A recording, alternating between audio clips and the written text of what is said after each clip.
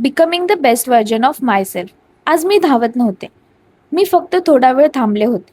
आणि तेव्हाच लक्षात आलं, आपण आयुष्यात इतके पुढे जाण्याच्या घाईत असतो की किती दूर आलोय हेच पाहायला विसरतो. प्रत्येकाचं आयुष्य वेगळं असतं, म्हणून प्रत्येकाचा वेगही वेगळा असतो. कोणी आधी पोहोचेल, कोणी नंतर पोहोचेल. पण महत्त्वाचं हे नाही की कोण आधी पोहोचेल. महत्त्वाचं हे आहे की आपण प्रवास सोडला नाही ना. आज मी स्वतःशी स्पर्धा करणं सुद्धा थांबवलं. कारण प्रत्येक दिवस जिंकण्यासाठी नसतो.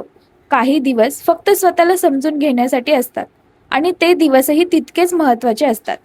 आज मी काही सिद्ध करण्याचा प्रयत्न केला नाही. मी फक्त शांतपणे माझं काम करत राहिले.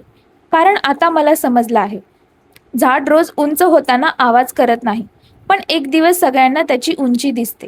तसंच आपली मेहनतही रोज दिसत नाही, पण सातत्य कधीच वाया जात नाही. म्हणून आजही एक छोटंसं पाऊल पुढे टाकलं.